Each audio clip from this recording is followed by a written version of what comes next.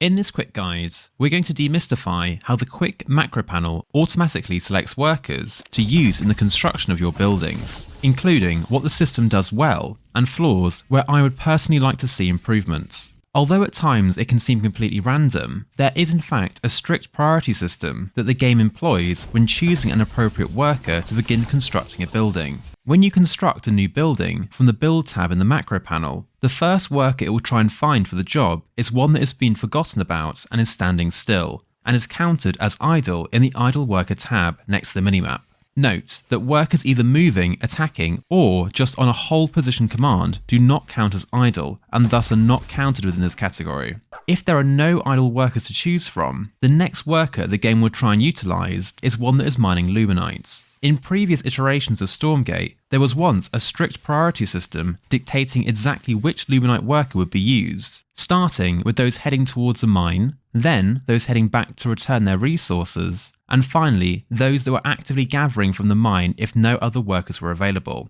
But since the beginning of early access, this is no longer the case. The most likely reason this system was dropped was because the game would often think that there were no preferred Luminite workers at a certain expansion, and thus would try to walk workers from completely different bases to construct a building, wasting huge amounts of time and causing a lot of frustration for experienced players. As such, with early access, the game will now always instead use the closest Luminite worker to where you want to build, regardless of what stage of mining it's currently engaged in, limiting the likelihood of the game drawing workers from different expansions. In the unlikely case there are no Luminite workers nearby, the game will then try to use a Therium worker instead, again using one that is closest to the construction blueprint. The reason why Luminite workers are prioritised over Therium is because Therium is technically a scarcer resource, and interrupting workers mining it could arguably affect your current production more than using a common Luminite worker. If there are no Therium workers nearby, the game will then use the nearest worker on any command in the command cards, including moving,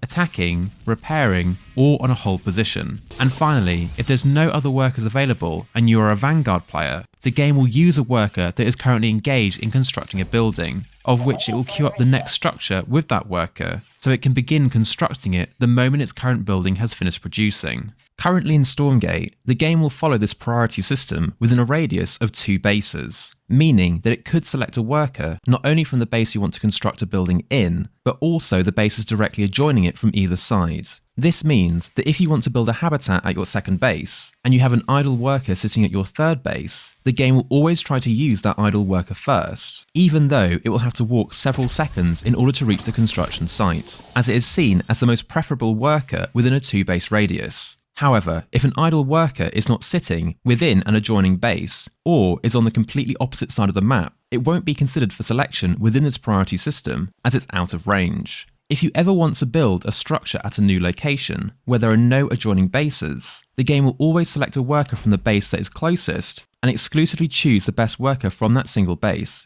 Interestingly, the game will identify the closest base not by actual closeness by air, but the distance it would take for a worker to walk from it while navigating the terrain, which ensures that worker will always get there the quickest regardless of where it's sent from. If it's impossible for a worker to build at a certain location, either because that part of the map sits on an island and is naturally sealed off, or because you or your opponent has created a complete wall stopping all ground units from passing through, instead of your worker running in circles and bugging out, the game will instantly identify that there is no navigable routes and cancel your construction blueprint, which is a decent failsafe to avoid workers walking aimlessly around the map. Although there is a fair amount of logic within this priority system, what I have most gripes with is the current 2 base radius it will draw from to select a worker. Although this ensures that a beginner will always use idle workers before anything else, for an experienced player, this can make the macro panel unpractical to use in certain situations, such as pre-moving a worker to expand to a new resource before you have sufficient funds to place that structure.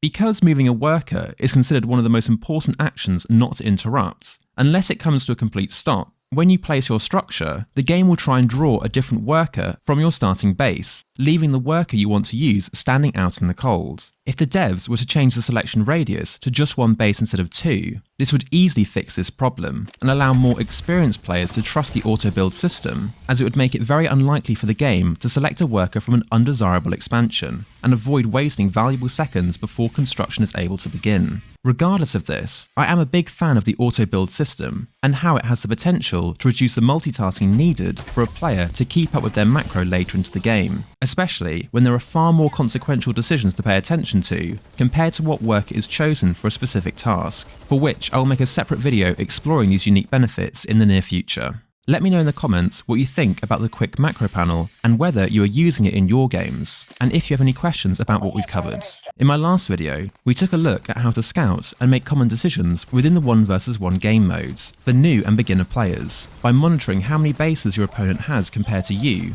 to help you understand whether you should be attacking, defending, or expanding to your next base, which you can check out by clicking the box on screen or clicking the link in the description. Thank you so much for watching, and remember to like and subscribe if you want to help a really small channel like mine, and I'll see you in the next one.